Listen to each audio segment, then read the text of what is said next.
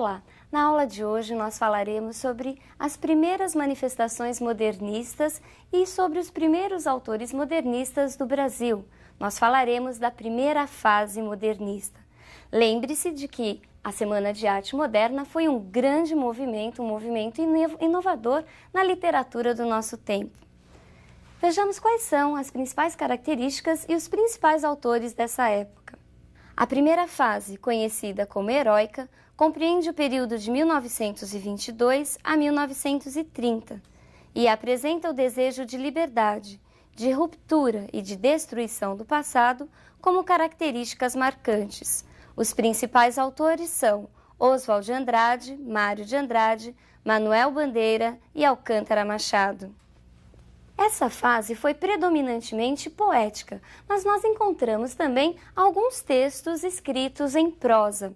Neste período, nós encontramos como grandes marcas a negação, a ruptura, o desejo de liberdade linguística e um forte nacionalismo. Vejamos agora o grande escritor do período. Nesses quadros, nós encontramos a figura de Mário de Andrade.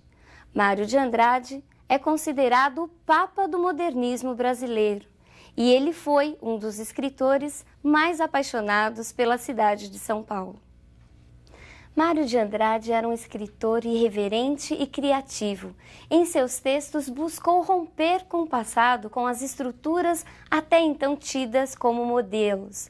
Mário de Andrade buscava o resgate da linguagem cotidiana, do dia a dia, do popular e do folclórico. É com seu texto, Pauliceia Desvairada, que nós temos praticamente o primeiro livro realmente modernista. Vejamos o prefácio desse livro. Leitor, está fundado o desvairismo. Este prefácio, apesar de interessante, inútil. Alguns dados, nem todos, sem conclusões. Para quem me aceita, são inúteis ambos. Os curiosos terão prazer em descobrir minhas conclusões, confrontando toda a obra e dados. Para quem me rejeita, trabalho perdido explicar o que, antes de ler, já não aceitou. Quando sinto a impulsão lírica, escrevo sem pensar tudo o que meu inconsciente me grita.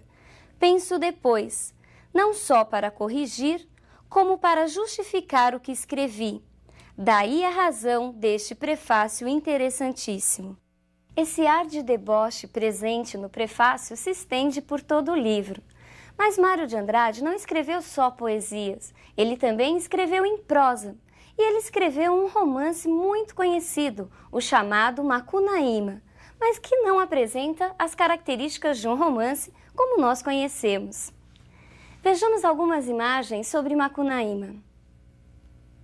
O livro Macunaíma, que apresenta o subtítulo O Herói Sem Nenhum Caráter, é um romance rapsódia que discute a nacionalidade brasileira.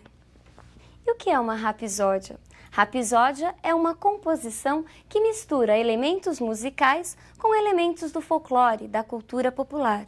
E é justamente isso que Mário de Andrade faz em Macunaíma. Ele vai contar a história do índio que de preto virou branco. Ele vai contar a história de Macunaíma, que significava um grande mal. Vejamos como aconteceu o nascimento de Macunaíma. No fundo do mato virgem nasceu Macunaíma, herói de nossa gente. Era preto retinto e filho do medo da noite. Houve um momento em que o silêncio foi tão grande, escutando o murmurejo do Iraricuera, que a Índia Tapanhumas pariu uma criança feia. Essa criança é que chamara de Macunaíma. Já na meninice fez coisas de sarapantar. De primeiro passou mais de 6 anos não falando. Se o incitavam a falar, exclamava, ai que preguiça! E não dizia mais nada. Ficava no canto da maloca, trepado no jiral de Paxiúba, espiando o trabalho dos outros e principalmente os 2 manos que tinha, Manaape, já velhinho, e Jiguê, na força de homem. O divertimento dele era decepar cabeça de saúva. Vivia deitado, mas se punha os olhos em dinheiro, Macunaíma dandava para ganhar vintém. E também espertava quando a família ia tomar banho no rio, todos juntos e nus. No mucambo, se alguma Cunhantã se aproximava dele para fazer festinha, Macunaíma punha a mão nas graças dela, Cunhantã se afasta. Macunaíma era debochado, malandro, danado. Ele era muito terrível, muito diferente da imagem que nós tínhamos de herói. Tanto que Macunaíma é considerado um anti-herói se nós o compararmos com os heróis românticos que conhecemos. Macunaíma mexia com todo mundo, era preguiçoso, não queria saber de trabalhar. Esse texto é considerado um grande marco do modernismo, tanto que volta e meia ele aparece nos grandes vestibulares do Brasil. Por isso, não deixe de lê-lo. Vejamos agora a imagem de um outro importante autor desse período. Oswald de Andrade é considerado o autor mais irreverente, combativo e polêmico da primeira fase modernista. Foi o idealizador dos principais manifestos que ocorreram neste período. Sua obra é toda marcada pela ironia, pelo humor. Ele é o mais debochado dos poetas, dos escritores modernistas. Oswald de Andrade, ele inova, ele traz o elemento nacional para a literatura sobre a roupagem modernista. Ele é o criador do poema piada, do poema pílula, ou seja, textos curtos, mas que mesmo assim carregam uma grande carga poética. Vejamos alguns exemplos desses poeminhas de Oswald de Andrade. Erro de português. Quando o português chegou, debaixo de uma bruta chuva, vestiu o índio. Que pena! Fosse uma manhã de sol, o índio tinha despido o português. Pronominais. Dê-me um cigarro, diz a gramática, do professor e do aluno e do mulato sabido. Mas o bom negro e o bom branco da nação brasileira dizem todos os dias: deixa disso, camarada, me dá um cigarro. Perceberam a diferença e o humor? Muito diferente dos poemas parnasianos, não? O próprio Oswald também escreveu prosa, assim como Mário de Andrade. Vejamos agora a capa de um de seus livros mais conhecidos. Nesse livro, Oswald rompe com os esquemas tradicionais da narrativa. Os capítulos são curtíssimos, apresentando-se como pequenos fragmentos justapostos, próximos da técnica da pintura cubista, que representava ao mesmo tempo as várias faces de um objeto ou situação, o que impossibilitava uma leitura linear. Vejamos agora a imagem de Manuel Bandeira, outro importante poeta desse primeiro momento modernista. Manuel Bandeira, num primeiro momento, se mostra ainda bem preso aos valores parnasianos, mas com o passar do tempo se transforma num dos grandes representantes do modernismo. É a partir do livro Libertinagem que Manuel Bandeira se firma realmente como um poeta modernista. A partir desse livro, seus textos se aproximam muito do linguajar coloquial. Os temas também acabam se diversificando. Tudo para Manuel Bandeira acaba se tornando tema poético. Ele parte de frases corriqueiras, ele fala dos meninos negros, das negras, das irenes. Ele fala de poemas, de notícias que são retiradas do jornal. E ele brinca até com a sua própria doença. Lembre-se que Manuel Bandeira, ele sofria de tuberculose. Mas é com um poema intitulado Poética que nós encontramos as principais características de sua obra. Vejamos alguns fragmentos deste texto.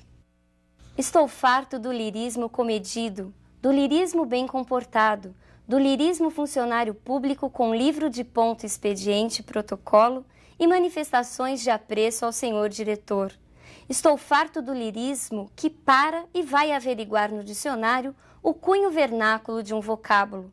Abaixo aos puristas, todas as palavras, sobretudo os barbarismos universais, todas as construções, sobretudo as sintaxes de exceção, todos os ritmos, sobretudo os inumeráveis.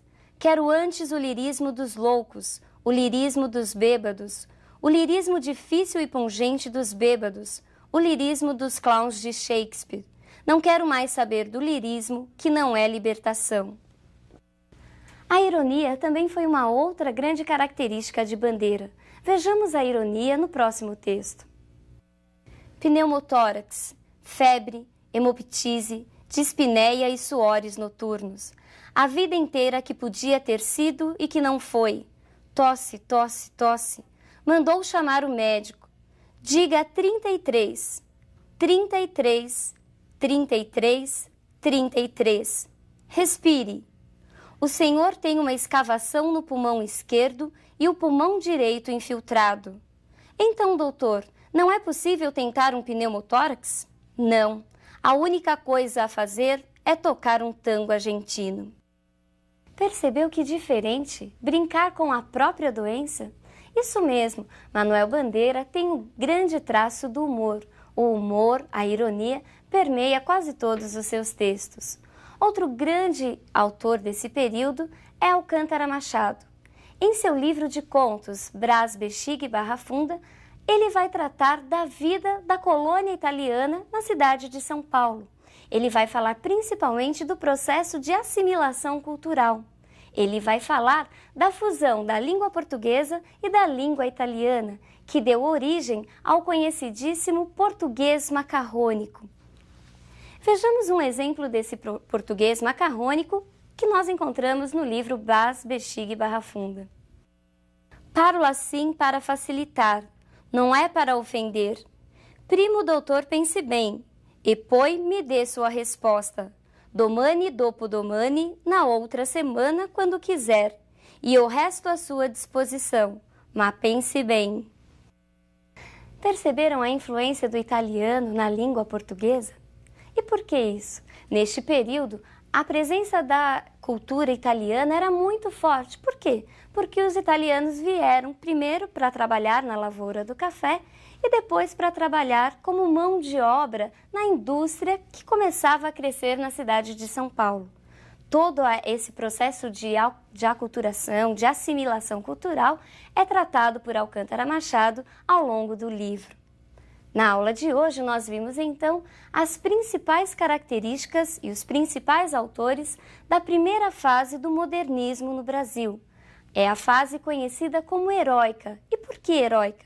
Porque é uma fase demolidora, era uma fase de negação. Esses modernistas negavam tudo aquilo que era do passado. Eles queriam romper com todas as estéticas, principalmente com o parnasianismo que ainda vigorava. Na próxima aula, nós falaremos sobre a segunda fase do modernismo brasileiro. Um grande abraço e até lá!